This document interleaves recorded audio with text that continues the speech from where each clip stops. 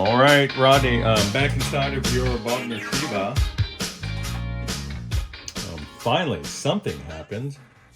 When I had her rehoused in the cab, foot switch connected, she failed to change channels. I did verify that the plugs were oriented correctly.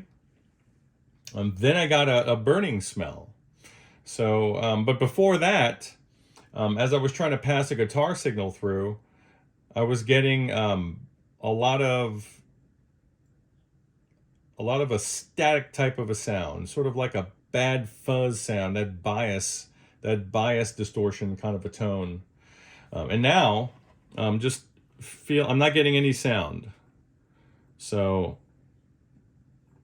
I'm not getting any heat from these power tubes. I don't believe they're conducting. I think we blew one of the fuses here somehow. I thought I smoked one of the voltage regulators or something. I just wasn't certain what could have happened. The voltage regulators are still rock solid. And then the output from the module here, rock solid. So I'm gonna switch the power back on and give her a minute to warm up. She's changing channels here with the foot switch. She wasn't before. When I had her in the cab, it stopped changing channels. There's no conductive foil that's able to reach the circuit board at this point. So let me see what we're getting in the way of a screen and plate voltage. So, I don't know if you're gonna really be able to see what I'm doing here, but we'll give it a shot. There's no screen voltage at all present. And I have a feeling it's going to be the same for the plates. Let's see. And of course they have the terminal covered with heat shrink, so I can't check it directly. But I know enough to know that the fuse blew. Well, what made the fuse blow? That's the question.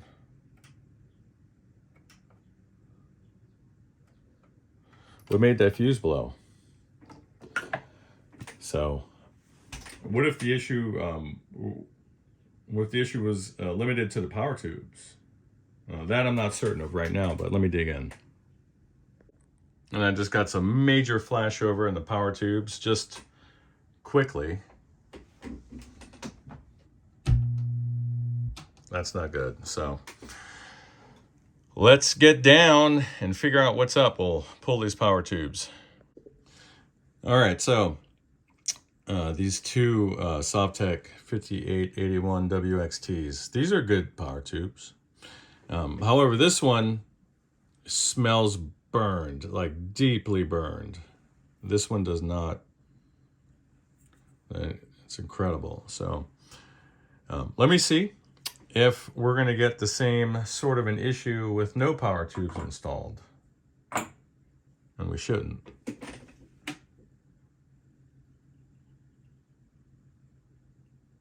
And we don't. It's in play mode. So that's good news. What's going on? So I'm losing my mind on this amp. So now the power switch is getting stuck on standby, and it's not. So I installed the new tubes, and I was attempting to set the bias, but at that time the power switch was able to go into play mode, and I was doing just that, and then I started hearing this electrical surge sound. followed by the pilot lamp flickering off and then getting a flickering over on the current limiting bulb. So I switched it off. I went back to the power supply, lowered it down to 50 volts AC, and reattempted, and then couldn't get the thing into play mode. I'm wondering if, God, I'm wondering if this is a faulty power switch for certain. Oh, I wonder if I even have one like this. So let me check it out. When it rains, it pours, huh? All right, Senor Shepherd, let me give you the rundown of this morning's events. One thing does lead to another, and I will weave that in. I will weave that song in. It was a simpler decade, that's for sure. So, I don't know who told this gentleman this bit of information I'm going to relay over at Bogner, but I don't even know if I really believe it. So just scrubbing through the forums, trying to sort out some things, I came across a bit of information on a site that I consider incredibly reliable. A lot of the old guys from the ampage.org scene migrated over to some of the other forums once that became defunct. But a lot of them hung around when it transitioned into music-electronics-forum.com. And a lot of the old guys are still there. One of them was mentioning that when he called Bogner, Bogner said, hey, once you put that chassis, that Shiva chassis, back into the cabinet, once you do that, the bias will move up like, I don't know, like 10%. I'm just coming up with a random number here. I'm not looking at it at the moment, but so bias it that percentage less, and then expect it to increase as you put it into the chassis. That makes into the cabinet. That makes no sense. Unless they're saying, hey, this thing gets hot and then the bias will drift, in which case you'll say, what the hell?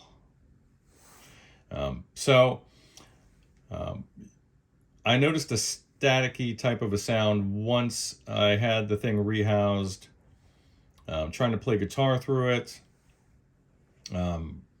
It was creating sort of a spitty, a type of a fuzz bias sound, and until the fuse blew, I smelled that that very distinct aroma.